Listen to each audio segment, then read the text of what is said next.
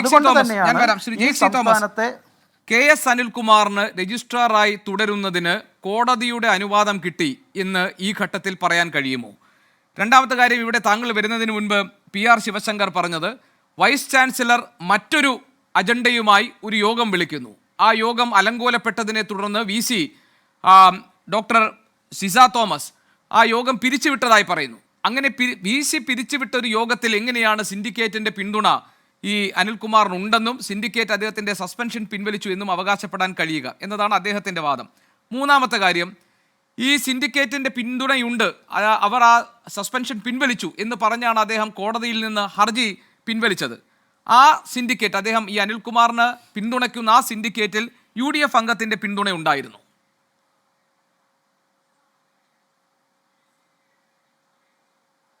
ഇപ്പോൾ ചില തടസ്സങ്ങൾ നേരിട്ടുള്ളത് കൊണ്ട് ചർച്ചയുടെ തുടക്ക ഭാഗത്ത് ഈ സംവാദത്തിൻ്റെ ഭാഗമായിട്ട് ഒത്തുചേരാൻ എനിക്ക് കഴിഞ്ഞിട്ടില്ല.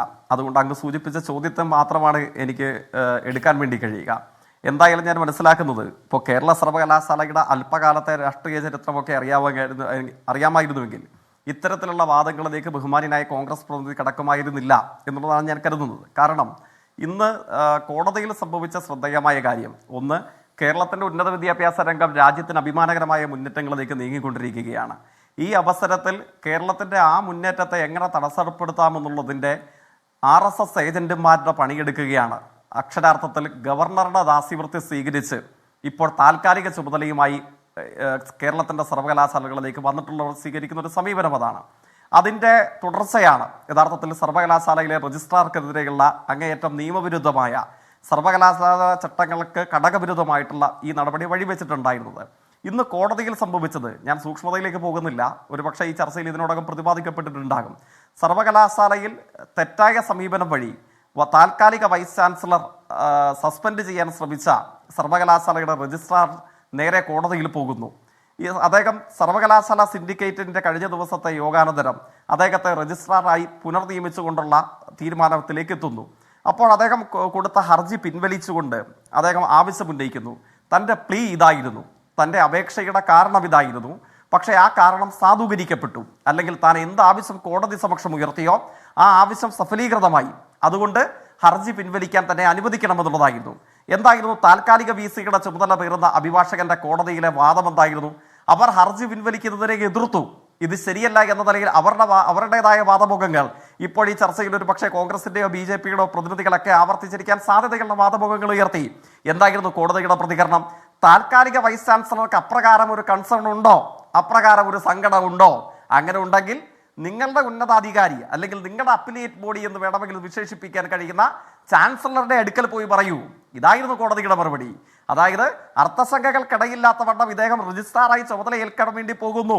ഇദ്ദേഹം സിൻഡിക്കേറ്റ് തീരുമാനത്തിന്റെ ബലത്തിൽ വീണ്ടും ഇദ്ദേഹം രജിസ്ട്രാറായി കേരള സർവകലാശാലയെ നയിക്കാൻ വേണ്ടി പോകുന്നു എന്ന് പറയുമ്പോൾ താൽക്കാലിക VCയുടെ ചുമതലകളുടെ അഭിഭാഷകൻ ഈ ബോധ്യവും ഈ സങ്കടവും ഒക്കെ കോടതിയുടെ സമക്ഷമുയർത്തി. കോടതി അതേ തൊട്ടില്ല. അക്ഷരാർത്ഥത്തിൽ കോടതി എന്താണ് ചെയ്തിട്ടുള്ളത്? സർവകലാശാല സിൻഡിക്കേറ്റിന്റെ നിയമനാധികാരത്തെ, അതായത് രജിസ്ട്രാർ ഉൾപ്പെടെയുള്ള പദവികളിൽ വൈസ് ചാൻസലർക്കും അപ്പുറം സിൻഡിക്കേറ്റിനുള്ള അധികാരത്തെ ശരിവെച്ചുകൊണ്ട് രജിസ്ട്രാർ നിയമനത്തിന് അംഗീകാരം നൽകുകയായിരുന്നു പ്രത്യക്ഷത്തിൽ തന്നെ കോടതി ചെയ്തിട്ടുണ്ടായിരുന്നത്. പിന്നെ ഇതിൽ നിയമപരമായി നിങ്ങൾ പരിശോധിച്ചു നോക്കുക, അല്ലെങ്കിൽ സർവകലാശാല ചട്ടമെടുത്ത് പരിശോധിച്ചു നോക്കുക. എനിക്ക് തോന്നുന്നു നിർബന്ധമായും 1030 സംബന്ധിച്ച് കോൺഗ്രസ് പ്രതിനിധി വാദം ഉന്നയിച്ചിരിക്കാൻ സാധ്യതയുണ്ട്. ഞാൻ സംശയിക്കുന്നു. 1030 പ്രകാരം ഏതെങ്കിലും തരത്തിൽ അച്ചടക്ക നടപടിയോ ഏതെങ്കിലും തരത്തിൽ നിയമനാധികാരമോ സർവകലാശാല വൈസ് ചാൻസലർക്കുണ്ടോ? 1030 സംബന്ധിച്ച് 1040 അർത്ഥസംഖ്യകൾക്കിടയില്ലാത്ത വണ്ണം പറയുന്നു. ഡിസിപ്ലിനറി ആക്ഷനും അപ്പോയിന്റ്മെന്റ് ആക്ഷനും 10-13 പ്രകാരം ഉപയോഗിക്കാൻ പാടില്ല. പറയുന്നത് CPIഎമ്മിന്റെ ഭരണഘടനയല്ല, പറയുന്നത് സർവകലാശാല ചട്ടപ്രകാരമുള്ള നിയമമാണ് പറയുന്നത്. ആ നിയമത്തിൽ നിന്ന് ഘടകവിരുദ്ധമായി താൽക്കാലിക VC ചുമതലയുള്ള ഒരു വ്യക്തി എന്തെങ്കിലും എടുത്താൽ ഇതിന് നിയമസാധുതയില്ല. അതാണ് ഇന്ന് കോടതിയിൽ വെളിവാക്കപ്പെട്ടത്. പക്ഷെ നിർഭാഗ്യവശാൽ എന്താണ്, RSS അടിമയായി മാറിയിട്ടുള്ള ഒരു താൽക്കാലിക VC കേരളത്തിന്റെ ഉന്നത വിദ്യാഭ്യാസ സ്ഥാപനങ്ങളുടെ സ്വൈര്യപൂർവ്വമുള്ള മുന്നേറ്റത്തെ തകർക്കാൻ വേണ്ടി ശ്രമിക്കുമ്പോൾ അതിന് ഓശാന പാടുന്നവരായി കോൺഗ്രസ് മാറാൻ പാടുണ്ടോ? ഇതിൽ നിന്ന് കോൺഗ്രസിന്റെ പ്രതികരണം ഇതേവരെ കോടതിയുടെ ഇടപെടലുമായി ബന്ധപ്പെട്ട് ജേക്ക് വിശദീകരിച്ച കാര്യങ്ങളിൽ നിലനിൽക്കുന്ന സംശയങ്ങളിലേക്ക് നമുക്ക് പോകാം. ഒന്നാമത്തെ കാര്യം, ഒരു പെറ്റീഷൻ നൽകുന്നു. ആ പെറ്റീഷനിൽ പറയുന്നത് സസ്പെൻഷനെതിരായിട്ടുള്ള നീക്കം, ഒരു ഹർജി ഈ രജിസ്ട്രാർ KS അനിൽകുമാർ നൽകുന്നു. അദ്ദേഹം തന്നെ ആ ഹർജി പിൻവലിക്കുന്നതിന് കാരണം പറഞ്ഞത് എൻ്റെ സസ്പെൻഷൻ സിൻഡിക്കേറ്റ് മരവിപ്പിച്ചിട്ടുണ്ട്, അല്ലെങ്കിൽ അവരത് തള്ളിക്കളഞ്ഞിട്ടുണ്ട്, അതുകൊണ്ട് ഞാൻ എൻ്റെ ഹർജി പിൻവലിക്കുകയാണ്. ഒരു പരാതി കോടതിക്ക് മുന്നേ എത്തുന്നു, ആ പരാതിക്കാരൻ തന്നെ ആ പരാതി പിൻവലിക്കുന്നു. അതിനപ്പുറത്ത് ഉന്നയിക്കപ്പെട്ട വിഷയങ്ങളുടെ ശരിതെറ്റുകൾ, അതിൻ്റെ ന്യായവാദങ്ങളിലേക്ക് കോടതി കടന്നിട്ടില്ല എന്നും സിൻഡിക്കേറ്റ് യോഗം തന്നെ നിയമവിരുദ്ധമായിരുന്നു, അല്ലെങ്കിൽ അത് നിയമാനുസൃതമായിരുന്നില്ല എന്നാണ് ഇപ്പോൾ BJP അംഗം ശ്രീ PR ശിവശങ്കറും അതുപോലെ തന്നെ ശ്രീ BRM ഷഫീറും പറഞ്ഞത്. സിൻഡിക്കേറ്റിന്റെ യോഗവും നിയമവിരുദ്ധമായിരുന്നു. അങ്ങനെയാണെങ്കിൽ KS അനിൽകുമാറിന്റെ രജിസ്ട്രാർ ആയിട്ടുള്ള പദവിയിൽ തുടരാനുള്ള അവകാശത്തെ കോടതി ശരിവെച്ചു എന്നെങ്ങനെയാണ് നമുക്ക് പറയാൻ കഴിയുക? ഏതാണ് ഈ വിഷയത്തിൽ നിലനിൽക്കുന്ന ഒരു തർക്കം. അതുകൊണ്ട് ഇപ്പോഴും BC വെച്ചിരിക്കുന്ന താൽക്കാലിക ചുമതലയുള്ള രജിസ്ട്രാർ തന്നെയാണ് കേരള സർവകലാശാലയിൽ ഇപ്പോഴത്തെ രജിസ്ട്രാർ എന്നാണ് ഇവിടെ BJP അംഗം ശ്രീ PR ശിവശങ്കർ അവകാശപ്പെട്ടത്. ഇല്ല, ഒരിക്കലുമല്ല. കാരണം എന്താണ്?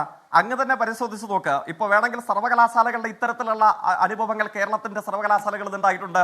സർവകലാശാലകളുടെ ചുമതലയുള്ള വൈസ് ചാൻസലർ സിൻഡിക്കേറ്റ് യോഗം ബഹിഷ്കരിച്ചു പോകുകയും അതേ തുടർന്ന് സർവകലാശാല വൈസ് ചാൻസലറുടെ അസാന്നിധ്യത്തിൽ സിൻഡിക്കേറ്റ് യോഗം ചേർന്ന് ഭൂരിപക്ഷ തീരുമാനപ്രകാരം തീരുമാനങ്ങൾ എടുക്കുകയും അത് സർവകലാശാലകൾ നിയമസാധുതയോട് കൂടെ നടപ്പിലാക്കുകയും ചെയ്ത എത്ര അനുഭവങ്ങളുണ്ട്. പക്ഷേ ഇവിടെ ശിവശങ്കർ പറയുന്നത് വൈസ് ചാൻസലർ ഒരു യോഗത്തിൽ നിന്ന് ഇറങ്ങി പോവുകയായിരുന്നില്ല, തീർത്തും വ്യത്യസ്തമായ ഒരു അജണ്ട നിശ്ചയിക്കുകയും ആ അജണ്ടയിലേക്ക് എത്താതെ കാര്യങ്ങൾ അലങ്കോലപ്പെടുകയും ചെയ്യുന്ന ഘട്ടത്തിൽ വൈസ് ചാൻസലറിന്റെ പദവി വഹിച്ചിരുന്ന ഡോക്ടർ സിസ തോമസ് ഈ യോഗം പിരിച്ചുവിട്ടു എന്ന് പ്രഖ്യാപിച്ചുകൊണ്ടാണ് പുറത്തേക്ക് ഇറങ്ങിയതെന്നാണ്. ആ വാദത്തെ എങ്ങനെ കാണും?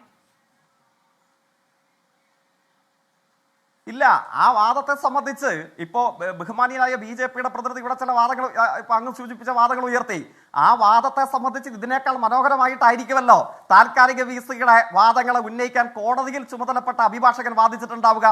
എന്തായിരുന്നു? ഞാൻ മനസ്സിലാക്കുന്നിടത്തോളം അങ്ങേക്ക് വന്നിന് കോടതി പ്രൊസീഡിങ്ങിനെ സംബന്ധിച്ചുള്ള വിവരങ്ങൾ ലഭിച്ചിട്ടുണ്ടാകുമല്ലോ. ഈ കാര്യങ്ങൾ, ഈ സങ്കടം ബഹുമാനിയായ ന്യായാധിപന്റെ സമക്ഷം ഉയർത്തി. എന്തായിരുന്നു ന്യായാധിപന്റെ മറുപടി? സർവകലാശാല സിൻഡിക്കേറ്റ് യോഗം സാധുതയില്ല എന്നുള്ളതും താൻ പിരിച്ചുവിട്ട യോഗത്തിൽ ഔട്ട് ഓഫ് അജണ്ടയായിട്ടാണ് ഇത്തരം കാര്യങ്ങൾ എടുത്തതെന്നും ഒക്കെയുള്ള ഇപ്പൊ BJP പ്രതിനിധി ഉയർത്തിയ വാദങ്ങൾ ഇതിനേക്കാൾ വീറും വാശിയോടും കൂടെ താൽക്കാലിക വൈസ് ചാൻസലറുടെ അഭിഭാഷകൻ കോടതിയിൽ ഉയർത്തി. കോടതിയുടെ പ്രതികരണം എന്താണ്? കോടതി പറഞ്ഞു, സർവകലാശാല VCക്ക് ഇതിൽ സങ്കടമുണ്ടെങ്കിൽ, ഇതിൽ അതൃപ്തിയുണ്ടെങ്കിൽ നിങ്ങളുടെ ഉന്നതാധികാരിയെന്ന് വിശേഷിപ്പിക്കാൻ കഴിയുന്ന, നിങ്ങളുടെ അപ്പീലേറ്റ് ബോഡി എന്ന് വേണമെങ്കിൽ കാണാൻ കഴിയുന്ന ചാൻസലറുടെ അടുക്കൽ പോയി പറയൂ. ഇതായിരുന്നില്ല കോടതിയുടെ മറുപടി. അത് ഞങ്ങളുടെ ആരുടെയും പ്രതികരണമോ ഏകപക്ഷീയമായ രാഷ്ട്രീയ അഭിപ്രായമോ ഒന്നും ആയിരുന്നില്ലല്ലോ. ഒറ്റ വാചകം കൂടെ ചേർത്ത് പറയേണ്ടതായിട്ടുണ്ട്. പിന്നെ ഈ കാര്യങ്ങൾക്കകത്ത് സർവകലാശാല വൈസ് ചാൻസലർക്ക് എന്താണ് അധികാര പദവി? അങ്ങ് സർവകലാശാല ചട്ടമെടുത്ത് പരിശോധിക്കണം. ഏതെങ്കിലും ഒരു സർവകലാശാല വൈസ് ചാൻസലർക്ക് ജോയിന്റ് രജിസ്ട്രാറെ, ഡെപ്യൂട്ടി രജിസ്ട്രാറെ, അസിസ്റ്റന്റ് രജിസ്ട്രാറെ അല്ലെങ്കിൽ SOനെ ഇത്യാദി ആളുകളെ നേരിട്ട് നടപടിയെടുക്കാൻ ആർക്കാണ് അധികാരമുള്ളത്? SO മുതൽ AR വരെയുള്ള ആളുകൾക്കെതിരെ മാത്രമാണ് സർവകലാശാല വൈസ് ചാൻസലർക്കെതിരെ നടപടിയെടുക്കാൻ അവകാശമുള്ളത്. ഈ കാര്യത്തിൽ രജിസ്ട്രാറുടെ നിയമനം ഉൾപ്പെടെ അത്തരം നടപടിക്രമങ്ങൾ എല്ലാ അധികാരവും നിശ്ചയിക്കപ്പെട്ടിട്ടുള്ളത് സർവകലാശാല വൈസ് ചാൻസലർക്കല്ല, അത് സർവകലാശാല സിൻഡിക്കേറ്റിനാണ്. 1030 നിയമവിരുദ്ധമായി ഉപയോഗിച്ചതിന്റെ പേരിൽ ഈ നടപടി അസാധുവാക്കപ്പെട്ട് കഴിഞ്ഞിരിക്കുന്നു. അതിനുള്ള അംഗീകാരമാണ് ബഹുമാനപ്പെട്ട ഹൈക്കോടതിയുടെ സമക്ഷത്തിൽ നിന്നുണ്ടായിട്ടുള്ളത്. യഥാർത്ഥത്തിൽ താൽക്കാലിക VCയാണ് തന്റെ രാഷ്ട്രീയ ആഭിമുഖ്യത്തിന്, RSSനോടുള്ള തന്റെ പ്രണയത്തിന്, അതിന്റെ ഭാഗമായി നിയമവിരുദ്ധത നടപ്പിലാക്കാൻ ശ്രമിച്ചതിന്റെ പേരിൽ സർവകലാശാലയുടെ താൽക്കാലിക VCയാണ് മറുപടി പറയേണ്ടത്. അവർക്ക് അധികാരമില്ല DRും ARും ഉൾപ്പെടെയുള്ള രജിസ്ട്രാർ വരെയുള്ള ഉന്നതാധികാരികളെ സസ്പെൻഡ് ചെയ്യാൻ. അതൊക്കെ സിൻഡിക്കേറ്റിന്റെ സമക്ഷത്താണ്. അത് മനസ്സിലാക്കാതെ ഈ കാര്യങ്ങൾ ഇവിടെ വന്ന് വാദിക്കാൻ പാടില്ലായിരുന്നു.